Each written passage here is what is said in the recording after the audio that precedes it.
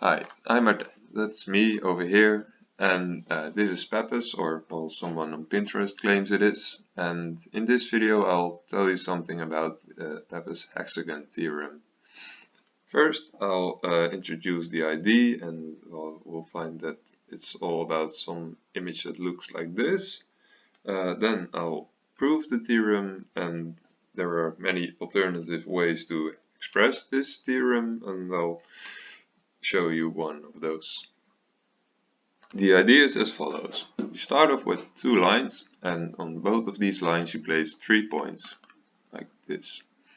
Then you connect these points by 6 lines.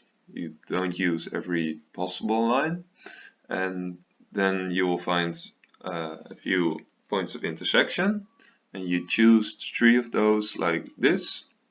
And the theorem states that if you choose these 3 points in this way, they will always be collinear, like this.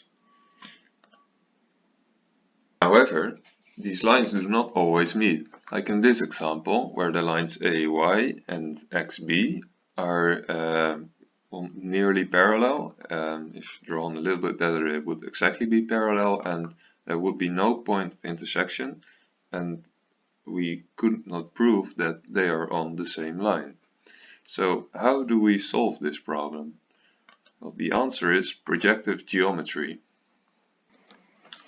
In projective geometry, we no longer talk about a single point in a 2D plane, but we talk about a point in a 2D affine plane in 3D space. So we still haven't had a real difference here. In this way we can express points in a different way. If you look at this example, we chose the affine plane or projective plane that we use right now to be the z equals 1 plane, and a point on this plane will be AB1, for example.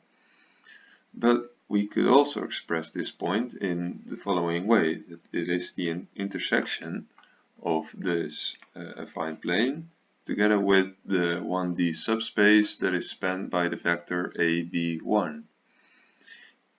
If we do that, we could also use the 1D subspace EF0.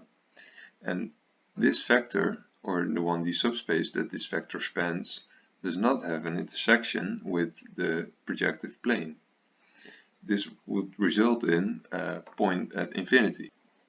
So the advantage of projective geometry is that we can now calculate properties of sets of points, of which one of these points is a point at infinity. We do so by using not the definition of the point in 2D space, but the properties of the vectors that span the 1D subspaces that in projective geometry define the points. Okay, now it's time to prove this theorem. As you can see in the top left corner, I have renamed the points. The configuration is still the same, but for making it a little bit more readable, I've used these numbers instead of the letters. First of all, before we start to prove this theorem, we assume some non-degeneracy conditions that all these 9 points and all the 8 lines by construction are distinct, which is quite an understandable assumption. And also we assume that points 1, 4 and 7 are not on the same line. This could happen, but that's a very degenerate case, so we will not consider it here. And using projective geometry, or actually because we use projective geometry, we define collinearity in the following way by the determinant of 3 points. And here we state that the determinant of points 1, 4 and 7 is non-zero, meaning that they are not on the same line. And also in projective geometry, we could use projective transformation to make sure that the points 1, 4 and 7 have the following specific coordinates. So point 1 gets 0.100, 0.4010, and 0.7001. With this special choice of coordinates, we can make ourselves some very easy equations, and we make them by choosing our determinants smart. So if we choose the determinant of 1, 2, 3, of which we know it should be 0, looking at this table, we get the following equation: CE equals BF. And well, there are 8 sets of 3 collinear points. So we get 8 of these equations. And if we multiply all of these 8 equations, we get 16 variables here and 16 over here. And as you can see, the left equals most of the right.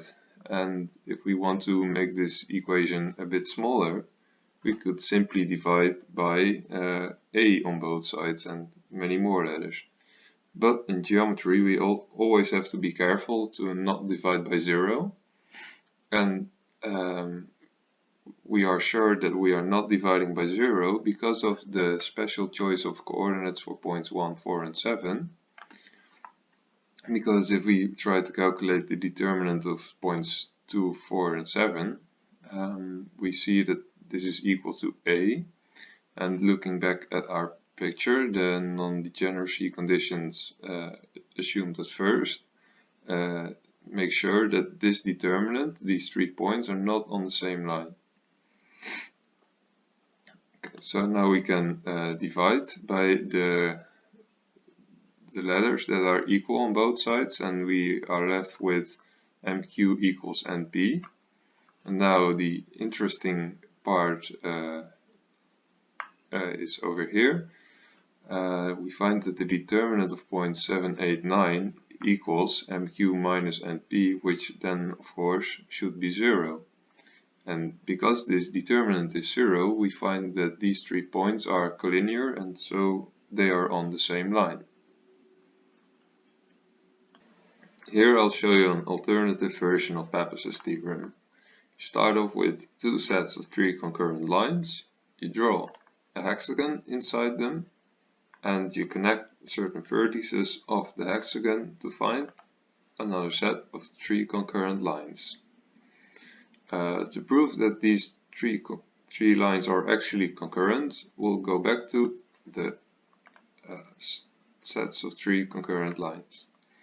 Then we'll name certain intersection points A, B, and C, and A, B, and C in capital letters. And using Pappus' hexagon theorem, we will find that these 3 points constructed here will be on the same line, that they are collinear.